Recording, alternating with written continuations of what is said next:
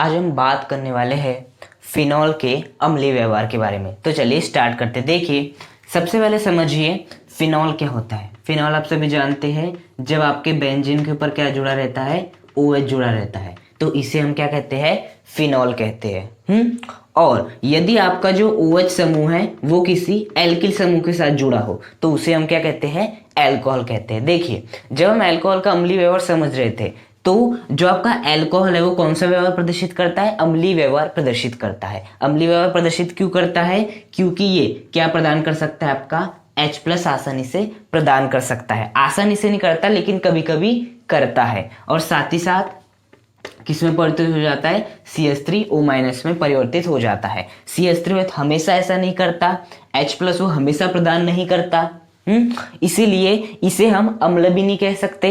इसलिए हम कहते हैं कि अल्कोहल का कैसा होता है, अम्लीय व्यवहार होता है। अब ये अम्ल क्यों कहलाया, क्योंकि इसने H+ प्रदान किया। यदि H+ प्रदान नहीं करेगा तो हम इसे अम्ल नहीं कहेंगे। बिल्कुल वैसे ही यदि हमें फिनॉल के अम्लीय व्यवहार की बात करना, अर्थात फिनॉल का यदि अम्लीय व्यवहार होगा तो वो भी क्या प्रदान करेगा, H+ प्रदान करेगा। तो वास्तव में होता यही है, जो आपका फिनॉल है ना वो भी क्या करता है, आपका H+ प्रदान कर देता है। क्या प्रदान कर देता है, H+ प्रदान कर देता है। और इस प्रकार से, जिस प्रकार से आपका एल्कोहल H+ प्रदान करके कौन सा व्यवहार प्रदर्शित करता है, अम्लीय व्यवहार प्रदर्शित करता है, ठीक उसी प्रकार जो भी आपका फिनॉल है वो भी H+ प्रदान करके क्या करता है, आपका अम्लीय व्यवहार प्रदर्शित करता है। इतनी बात आई समझ में। अब यहां पर हमें देखना है कि फिनॉल भी अम्लीय व्यवहार प्रदर्शित करता है, अल्कोहल भी अम्लीय व्यवहार प्रदर्शित करता है, लेकिन दोनों में से अच्छा अम्लीय व्यवहार प्रदर्शित कौन करता है। बेसिकली एग्जाम में क्वेश्चन इसी प्रकार का आता है कि फिनॉल भी अम्लीय व्यवहार प्रदर्शित करता है, अल्कोहल भी अम्लीय व्यवहार प्रदर्शित करता है, लेकिन इन दोनों में से अम्लीय व्यवहार सबसे ज्यादा कौन प्रदर्शित करता है, ये हमें अब सोचना है। तो देखिए, ये भी H+ प्रदान करता है, ये भी H+ प्रदान करता है, मतलब दोनों क्या प्रदर्शित करेंगे, अम्लीय व्यवहार प्रदर्शित करेंगे। इतने में समझ में आती। लेकिन कौन ज्यादा अम्लीय होगा, ऑब्वियस सी बात है। देखिए, यदि आपका अल्कोहल ज्यादा अम्लीय है, इसका मतलब क्या होगा कि यदि वो H+ प्रदान करता है, यदि वो H+ प्रदान करता है और उसके बाद जो यौगिक बनता है वो अधिक स्थायी होगा, जब आपका फिनॉल H+ प्रदान करके ये वाला यौगिक बनाएगा उसकी। बात है समझ में, मैं ये कह रहा हूं, आप समझिए अच्छे से। CH3OH अच्छा अम्लीय है, मान लेते हैं अच्छा अम्लीय, तो H+ प्रदान करके जो यौगिक बनाएगा वो क्या होगा, अधिक स्थायी होगा इसकी तुलना में। ये अधिक स्थायी होगा इसकी तुलना में। लेकिन यदि ये कम स्थायी हुआ इसकी तुलना में तो अच्छा अम्लीय कौन हो जाएगा, ऑब्वियस सी बात है ये हो जाएगा। बात आई समझ में। यदि इसने H+ प्रदान किया, इसने ये वाला यौगिक बनाया, इसने H+ प्रदान किया, ये वाला यौगिक बनाया, अब ये अधिक अम्लीय, ये अधिक अम्लीय, तो पूरा डिपेंड करता है कि ये दोनों जब H+ प्रदान करते हैं उसके बाद जो आपका यौगिक बनेगा, उन दोनों यौगिकों में से जो अधिक स्थायी होगा, ये अधिक स्थायी है, ये अधिक स्थायी है, जो अधिक स्थायी होगा वो क्या होगा, अच्छा अम्लीय व्यवहार प्रदर्शित करेगा। मतलब ये किसके संगत प्राप्त हुआ, इसके संगत, तो ये क्या होगा, अच्छा अम्लीय व्यवहार प्रदर्शित करेगा। अब यदि ये अधिक स्थायी होगा तो ये अधिक क्या करेगा, ऑब्वियस सी बात है अम्लीय व्यवहार प्रदर्शित करेगा। तो अब हमारा पूरा फोकस क्या है कि ये भी H+ प्रदान कर रहा है, ये भी H+ प्रदान कर रहा है, ये यौगिक बना रहे, ये यौगिक बना है, तो हमारा पूरा फोकस है हमें इसका स्थायित्व देखना है और इसका स्थायित्व देखना है। यदि हमने इसके स्थायित्व का कंपैरिजन कर लिए तो हमें मालूम चल जाएगा कि कौन अधिक अम्लीय है, उसका कारण भी स्पष्ट हो जाएगा और आप अच्छे से मार्क्स भी ला पाएंगे। ओके, तो अब हमारा पूरा फोकस है इस पर और आपका इस पर। तो देखिए, मैं केवल इसे ही रखता हूं आपका नजरों के सामने। देखिए, इसमें एक चीज गौर करना, यहां पर क्या संभव है, अनुनाद संभव है। क्या संभव है, यहां पर अनुनाद संभव है। और अनुनाद किस प्रकार संभव है वो भी देख लीजिए। देखिए, सबसे पहले क्या होगा, यहां पर ये वाला जो माइनस है वो कहां पर आएगा, ऑब्वियस सी बात है यहां पर आएगा। ये वाला जो माइनस है वो कहां पर आएगा, यहां पर आएगा। तो अगली संरचना क्या बन जाएगी, जैसे ये माइनस यहां पर आएगा तो यहां पर क्या बन जाएगा, बॉन्ड बन जाएगा और ये ऑक्सीजन हो जाएगा।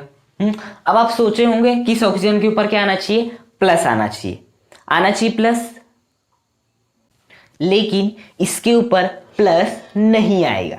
अब क्यों नहीं आएगा, आप तो कहते थे हमेशा कि जब भी किसी भी तत्व से माइनस दूर जाता है तो उसके ऊपर क्या आता है, पॉजिटिव चार्ज आ जाता है। लेकिन यहाँ पर तो ऐसा हो ही नहीं रहा है। जैसे कि यदि क्लोरीन क्या करता है, इलेक्ट्रॉन को यदि ग्रहण करता है तो उसके ऊपर क्या आता है, माइनस आता है। जैसे आपका सोडियम है, यदि इलेक्ट्रॉन का क्या करता है, दान आता है, तो उसके ऊपर क्या आता है, प्लस आता है। तो इसने भी, ये क्या है, एक प्रकार से इलेक्ट्रॉन ही तो है।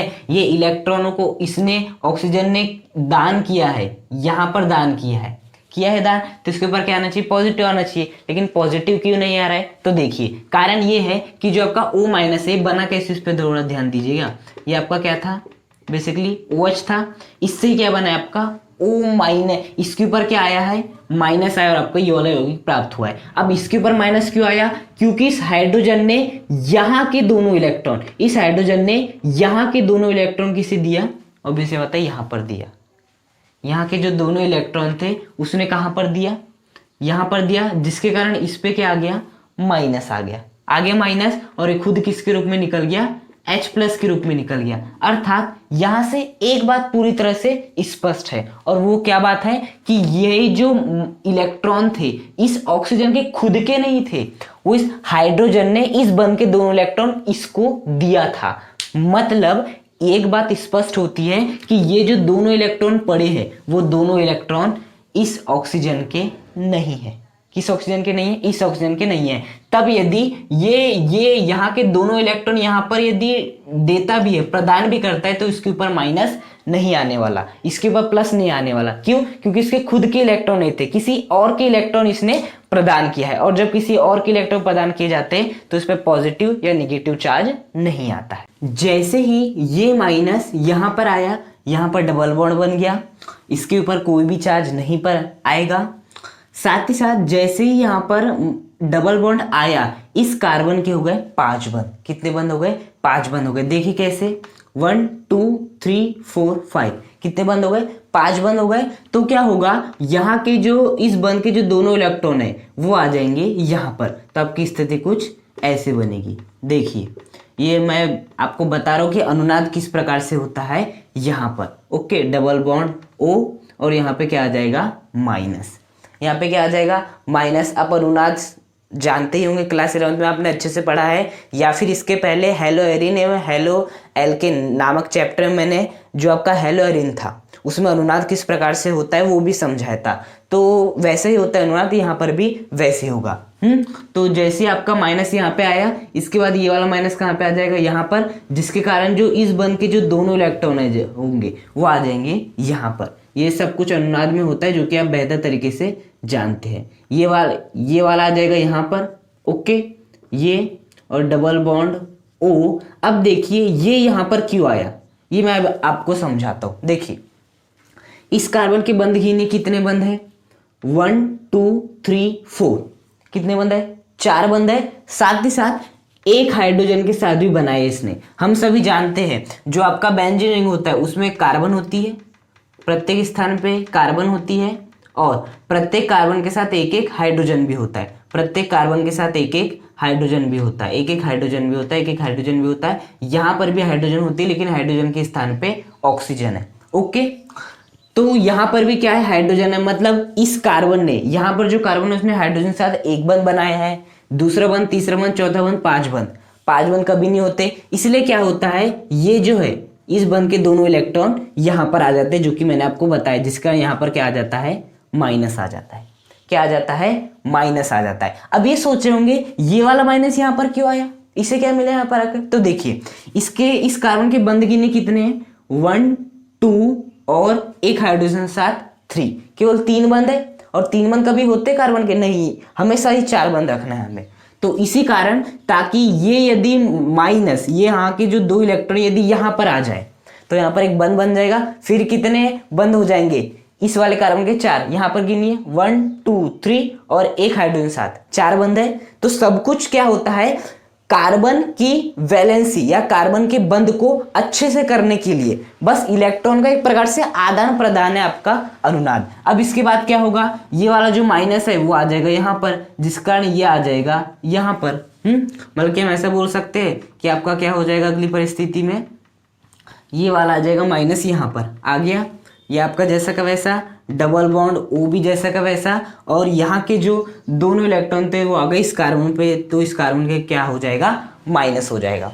ओके, अब ये वाला यहाँ पर क्यों आया, उसका भी कारण देख लीजिए। इस कार्बन की बंद गिनिए 1 2 और एक उसने बनाया है हाइड्रोजन के साथ 3 बंद, और हमेशा कितने होते हैं 4 बंद। यदि ये यहां पर आ जाए तो इस कार्बन के 4 बंद हो जाएंगे। गिनिए जरा 1 2 3 और एक हाइड्रोजन के साथ 4 बंद है। अब जैसे ही ये वाला जो है यहां का जो माइनस था यहां पर आया तो यहां पर कितने बंद, यदि मैं इसको हटा दूं तो यहां पर भी एक बंद था। अब ये वाला बंद यहां पर क्यों गया उसका कारण सुनिए। इस कार्बन के बंद गिनिए 1 2 3 4 4 बंद है, साथ ही साथ एक हाइड्रोजन के साथ 5 बंद कभी नहीं होती, इसलिए ये वाला माइनस कहां पे आ जाता है, यहां पे आ जाता है। बात आई समझ में। अब क्या होगा, ये वाला यहां पर आ जाएगा। अब आप जानते क्यों है, सब वैलेंसी के लिए, जिसके कारण ये जो है कहां पर आ जाएगा, इस पर वापस आ जाएगा। तो अगली परिस्थिति में क्या बन जाएगा आपका, देखिएगा ये है आपका, साथ साथ ये है, ये वाला माइनस आ जाएगा यहाँ पर, और ये वाला जो था ये आ जाएगा फिर से इसके ऊपर, और इसके ऊपर क्या आ जाएगा, फिर से माइनस आ जाएगा। क्या आ जाएगा, बेसिकली इसके ऊपर माइनस आ जाएगा।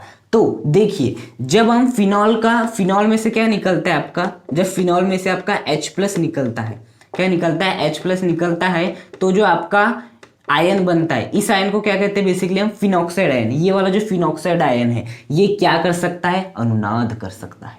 क्या कर सकता है, अनुनाद कर सकता है। और यदि कोई भी बंदा अनुनाद करता है, कोई भी यौगिक अनुनाद करता है, तो वो क्या होता है, अत्यधिक स्थायी होता है।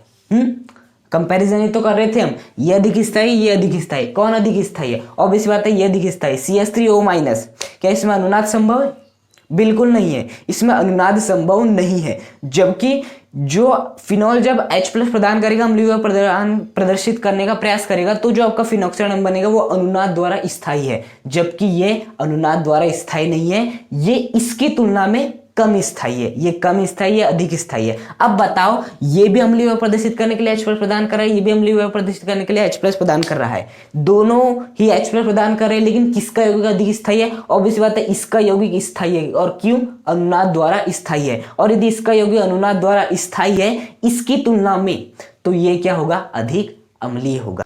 तो यही कारण है कि जो फिनॉल है और जो अल्कोहल है वो दोनों ही अम्लीय यौगिक प्रदर्शित करते हैं, लेकिन कौन सबसे अच्छा अम्लीय यौगिक प्रदर्शित करता है, सबसे अच्छा अम्लीय यौगिक प्रदर्शित करता है फिनॉल। क्योंकि जब फिनॉल H+ प्रदान करता है तो जो आपका फिनॉक्साइड आयन बनता है वो अनुनाद द्वारा स्थायी है, जबकि जब आपका अल्कोहल H+ प्रदान करता है तो जो आपका मैथऑक्साइड आयन, इसे क्या कहेंगे, बेसिकली मैथ ऑक्साइड आयन। देखो CH3 को क्या कहते हैं, मैथ, ऑक्सीजन को क्या कहते हैं, ऑक्साइड, मैथऑक्साइड, और इसके ऊपर माइनस है मतलब आयन, तो इसे क्या कहेंगे, मैथऑक्साइड आयन, मैथऑक्साइड आयन। मैथऑक्साइड आयन में अनुनाद संभव नहीं है, मतलब ये स्थायी भी नहीं होगा। यही कारण है कि आपका फिनॉल और अल्कोहल में अच्छा अम्लीय यौगिक प्रदर्शित कौन करता है, आपका फिनॉल प्रदर्शित करता है। काफी इंपॉर्टेंट क्वेश्चन जो कि एग्जाम में अक्सर पूछा जाता है।